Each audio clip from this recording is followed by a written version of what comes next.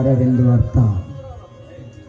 ಜಗಮಗ ಬಂಗಾರ ಸೀರೆ ಉಟ್ಟು ತೆರೆಮರೆಯಲ್ಲಿ ನಿಂತು ಸೌಂದರ್ಯದ ಸೀರೆಯಲ್ಲಿ ಸೋಪಿಸುತ್ತಿರಲು ಹೇಮಾ. ಹೇಮಾ, ಸುವರ್ಣ ಸುಂದರ ಸೌಂದರ್ಯದ ಸರದಾರ ನಾನಾಗದಿದ್ದರೆ ನನ್ನ ಹೆಸರು ಗಂಡುಳ್ಳ ಗರಿತಿಯರ ಮಿಂಡ, ಗಂಡ ರಂಡರ ಗಂಡ, ತಲೆ ಕೆಟ್ಟ ಹುಲಿ ಈ ನರನಾಗನೇ ಅಲ್ಲ.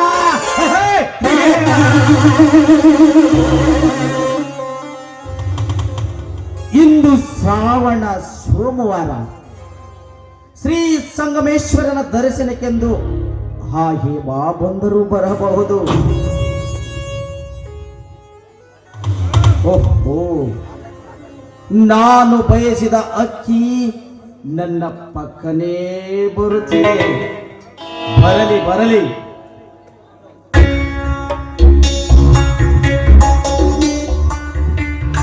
ನಿಲ್ಲು ಹೇಮಾ, ನಿಲ್ಲು. ಯಾರು ಯಾರು? ಸುತ್ತು ಹತ್ತು ಹಳ್ಳಿಗೆ ಆ ಗರ್ಭ ಶ್ರೀಮಂತ ಸರದಾರ ಎನಿಸಿಕೊಂಡಿರುವ ನರನಾಗು. ಓಹೋ, ಶ್ರೀಮಂತ ನರನಾಗು ನನ್ನನ್ನು ನಿಲ್ಲಿಸಿದ ಕಾರಣ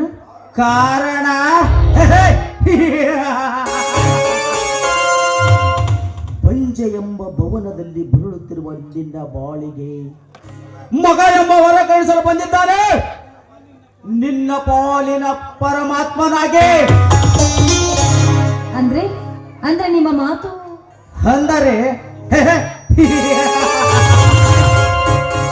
ಅಂದರೆ ಎನ್ನುವ ಅನುಮಾನ ಬೇಡ ಹೇಮಾ. ನಿನ್ನ ಗಂಡನ ಕೈಯಲ್ಲಿ ನಿನ್ನ ಉದರದಲ್ಲಿ ಒಂದೇ ಒಂದು ಮಗುವನ್ನು ಕೊಡದಿರುವ ಷಂಡನಾಗಿದ್ದಾನೆ ಆ ನಿನ್ನ ಗಂಡ. ಅದಕ್ಕೆ ನಿನ್ನೊಂದಿಗೆ ಮಧುಮಂಚ ಹಂಚಿಕೊಂಡು ನನ್ನ ಪ್ರತಿರೂಪದ ಬಿಂಬ ನಿನ್ನ ಮಗನ ರೂಪದಲ್ಲಿ ಕಾಣಲು ಬಂದಿದೆ. ಶ್ರೀಮಂತ್ರೆ, ನಾಲಿಗೆ ಸ್ವಲ್ಪ ಬೆಕ್ಕೆ ಹಿಡಿದು ಮಾತಾಡಿ. ನೋಡಿ, ನಾನು ದೇವರ ಪೂಜೆಗೆ ಅಂತ ಹೊರಡ್ತಾ ಇದ್ದೀನಿ. ಸುಮ್ಮನೆ ನನಗೆ ದಾರಿ ಬಿಡಿ.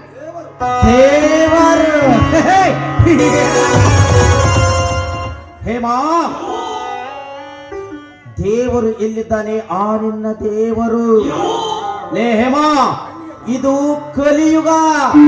ನಮ್ಮಂತ ಕಿರಾತಕರು ಕಾಮ ಕ್ರೀಡೆ ಆಡುತ್ತಿರುವಾಗ ಕಣ್ಣು ಮುಚ್ಚಿಕೊಂಡು ಕಲ್ಲಿನ ಕಾಳಿಯಾಗಿ ಕುಳಿತಿರೋಳು ಆ ನಿನ್ನ ತಾಯಿ. ಎಲ್ಲೋ ಶ್ರೀಮಂತ, ಈ ವಿಷದ ಸಂಗತಿ ಏನಾದ್ರೂ ನನ್ನ ಗಂಡ ನನ್ನ ಮೈದನಿಗೆ ತಿಳಿದ್ರೆ ನಿನ್ನ ರುಂಡವನ್ನು ಚೆಂಡಾಡುವುದಕ್ಕೆ ಬಂದೇ ಬರ್ತಾನೋ ನನ್ನ ಮೈದನ ಗುಡುಗ ಹೊಡೆದ ಗರುಡನಾಗಿ.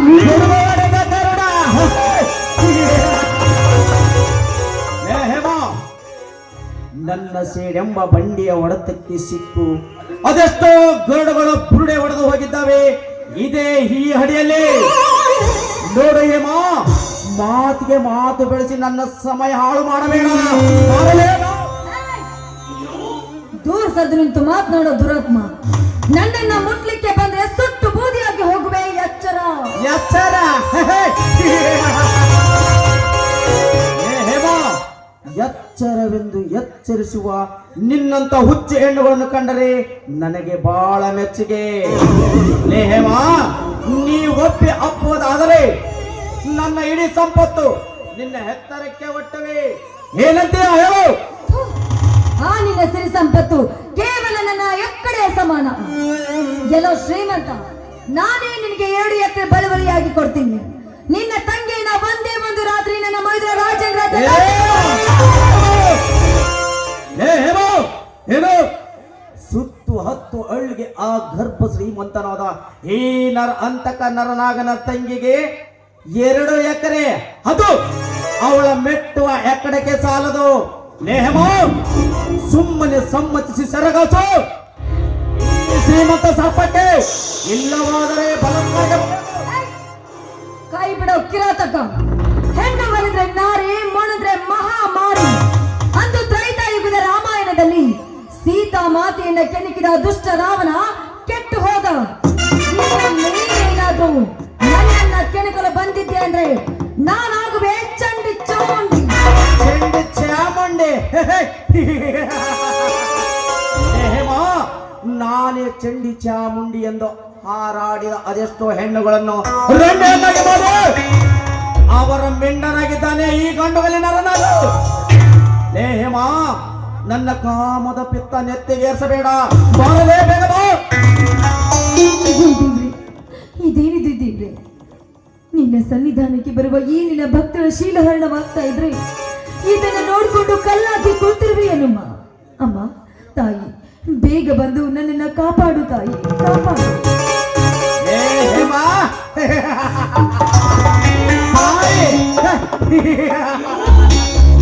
ಹೇಮಾ, ತಾಯಿ ಎಲ್ಲಿರೋಳು ಆ ನಿನ್ನ ತಾಯಿ?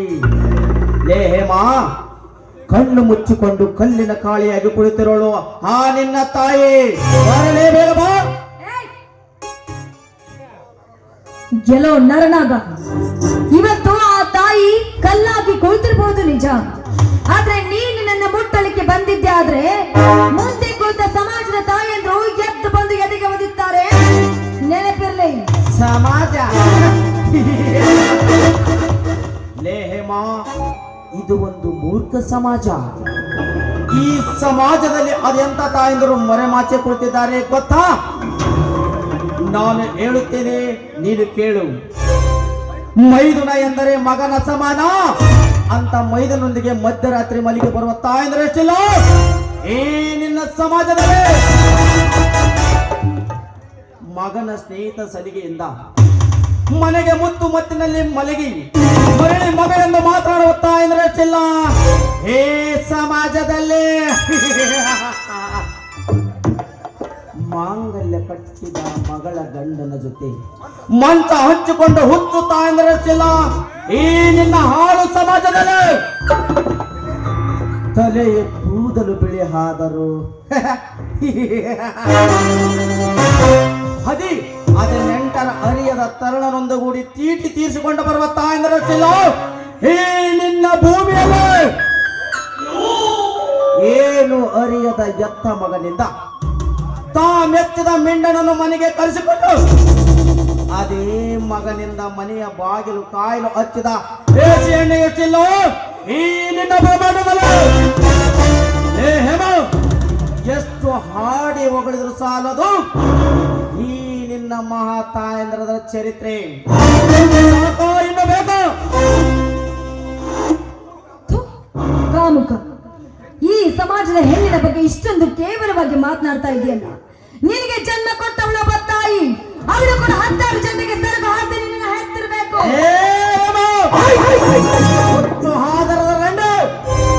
ಗಂಗಾ ಮಾತೆಯಷ್ಟೇ ಪವಿತ್ರವಾದ ನನ್ನ ತಾಯಿಗೆ ಕಂಡ ಹೋಲಿಸಿದ ಯಾರಣ್ಣ?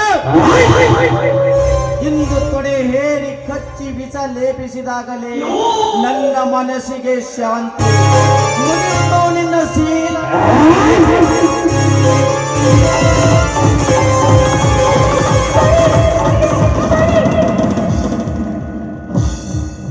ಕೈ ಬಿಡು ಈ ಹೆಣ್ಮಗಳನ್ನು. ನನ್ನ ಸರಸ ಸಲ್ಲಾಪದಲ್ಲಿ ಹತ್ತೈಸ ಬಂದ ನೀನ್ಯಾರು? ಮುತ್ತೈದರಿಗೆ ಮಗ, ಹರಸುವ ತಂಗಿಯರಿಗೆ ಪ್ರೀತಿಯ ಅಣ್ಣ, ಕಾಮದ ಕೃತ್ಯಕ್ಕೆ ಕೈ ಹಾಕಿದ ನಿನ್ನ ಪಾಲಿನ ಯಮ ಧರ್ಮ.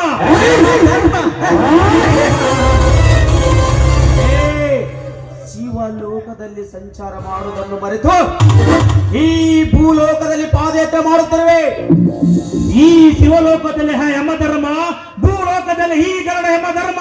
ಅಂದರೆ ಅಬಲೆಯರ ಮೇಲೆ ಅತ್ಯಾಚಾರ ಮಾಡುತ್ತಿರುವ ನಿಮ್ಮಂತ ಬಂಡರನ್ನು ಬಂದ ಈ ಗಂಡದಲ್ಲಿ ಗರುಡ ಲೇ ಎಂದು ಇನ್ನೊಂದು ಸಾರಿ ಈ ಗರುಡನಿಗೆ ಲೇ ಎಂದರೆ ನಿನ್ನ ಉಸಿರು ನಿಲ್ಲಿಸಿ ನಿನ್ನ ಹೆಣ ಹರಿಚಂದ್ರ ಗಾಡಿಗೆ ಕೊಟ್ಟು ಕಳಿಸುವನ ಈ ಗರುಡ. ಉಸಿರ ಗರುಡ, ಈ ನರನಾಗನ ಹೆಸರು ಕೇಳಿದರೆ ಸಾಕು ಪರಸ್ತ್ರೀಯರು ಬೋಸರಿಯಾಗುವುದು. ಅಂತದರಲ್ಲಿ ನನ್ನ ಉಸಿರು ನಿಲ್ಲಿಸ್ತಂದು ಹೇಳುವೆಯಾ? ಇದನ್ನೆಲ್ಲ ಹೊರಟು ಹೋಗ್ಲಿಲ್ಲ, ಹೊರಟು ಹೋಗ. ಹೊರಟು ಹೋಗಲು ಬಂದಿಲ್ಲ. ನನ್ನ ತಲವಾರಿನಿಂದ ನಿನ್ನ ತಲೆ ಕತ್ತರಿಸಿ ಈ ಭೂತಾಯಿಗೆ ರಕ್ತಾಭಿಷೇಕ ನಡೆಸಲು ಬಂದಿದ್ದೇನೆ. ರಕ್ತ ಹೆ. ಏ ಗರುಡ, ರಕ್ತವೆಂದರೆ ಮೋರಿಯಲ್ಲಿ ಹರಿಯುವ ನೀರು ಎಂದು ಅರ್ಥಿರುವೆಯಾ? ಏ ಗರುಡ, ಈ ನರ ರೂಪದಲ್ಲಿರುವ ಗಾಯಗೊಂಡ ಘಟ ಸರ್ಪವಿದು. ತಟ್ಟಿ ಎಬ್ಬಿಸಿದರೆ ಸಾವು ತಟ್ಟಿದ ಮಗನ ನಿನಗೆ. ಸರ್ಪ ಕಟ್ಟಿ ಕೊಲ್ಲತನೆಂದು ಹೇಳುತ್ತಿರುವ ನಿಮ್ಮಂತ ವಿಷ ಸರ್ಪಗಳನ್ನು ಕಟ್ಟಿದ ಕೆಟ್ಟ ಹುಟ್ಟದ ಕೋಟೆಯನ್ನು ಹೊಡೆದು ಸರ್ಪದ ವಂಶವನ್ನು ಸರ್ವನಾಶ ಮಾಡಲು ಬಂದ ಗುಡುಗು ಹೊಡೆದ ಗೌಡನಾಗಿ ಹುಡುಗು ಹೊಡೆದ ಗರುಡ. ಏ ಗರುಡ, ನಾನೇ ಗರುಡನೆಂದು ಹಾರಾಡಿದ ಅದೆಷ್ಟೋ ಗರುಡಗಳು ಈ ನನ್ನ ಮಗನ ಕೈಯಲ್ಲಿ ಸುಟ್ಟು ಸುಡುಗಾಡು ಸೇರಿದ್ದಾವೆ. ನನ್ನ ವಜ್ರಮೂರ್ತಿಯಲ್ಲಿ ಸುಡುಗಾಡು ಸತ್ತು ಸುಡುಗಾಡು ಸೇರಲು ನಾನೇನು ಸಣ್ಣನೆಂದು ತಿಳಿದಿರುವೆಯಾ? ಆ ವಜ್ರ ಮುಷ್ಟಿಯಿಂದ ನನ್ನ ಕೈಯಿಂದ ಗುದ್ದಿ ಹೊಡೆದು ಪುಡಿ ಪುಡಿ ಮಾಡಲು ಈ ಗಂಡ ಬೇರುಂಡ ಗರುಡ. ಬೇರಣ್ಣ.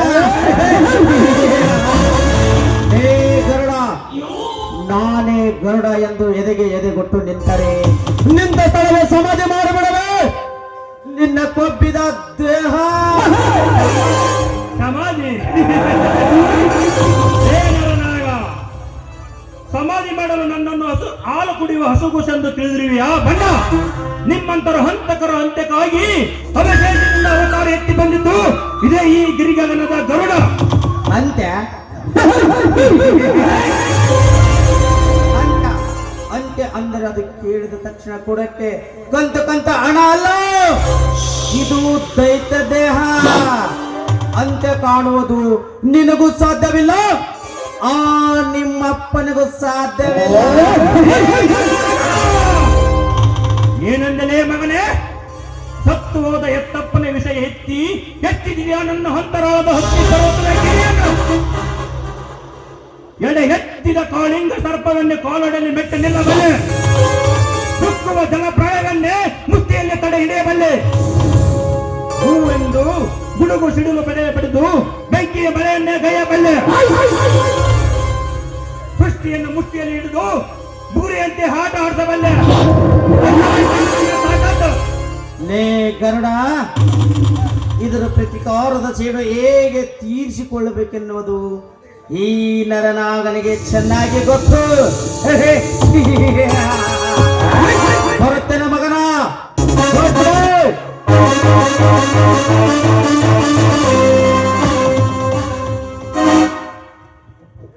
ಆ ಪಾಪಿಯಿಂದ ನನ್ನನ್ನು ಕಾಪಾಡಿದ ನಿಮಗೆ ತುಂಬಾ ಧನ್ಯವಾದಗಳು. ಅದು ಗಂಡಿನ ಒಂದು ಹೆಣ್ಣನ್ನು ಕಾಪಾಡೋದು ಗಂಡಿನ ಕರ್ತವ್ಯ. ಆ ದೇವರ ನಿನ್ನ ಹೀಗೆ ಚೆನ್ನಾಗಿಟ್ಟಿಲ್ಲಪ್ಪ. ನಾನಿನ್ನು ಬರ್ತೀನಿ.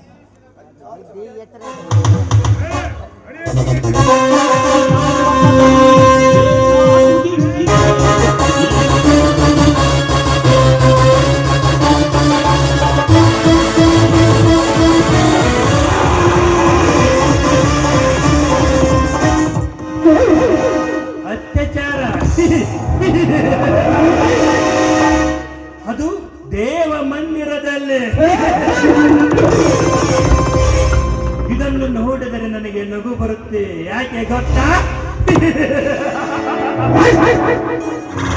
ಭಕ್ತರು ಭಕ್ತಿಯಿಂದ ಬಂದು ಬೇಡಿಕೊಳ್ಳಬೇಕಾದರೆ ಗಂಡಸರು ಬಲಾತ್ಕಾರ ಮಾಡಲು ಬಂದರೆ ಅದನ್ನು ತಡೆಯಲು ಆ ಭಗವಂತನಿಂದಲೂ ಸಾಧ್ಯವಿಲ್ಲ. ಎಲ್ಲಿರುವನು ದೇವರು? ಇಲ್ಲ, ದೇವರಿಲ್ಲವೇ ಇಲ್ಲ. ಮೂರ್ತಿ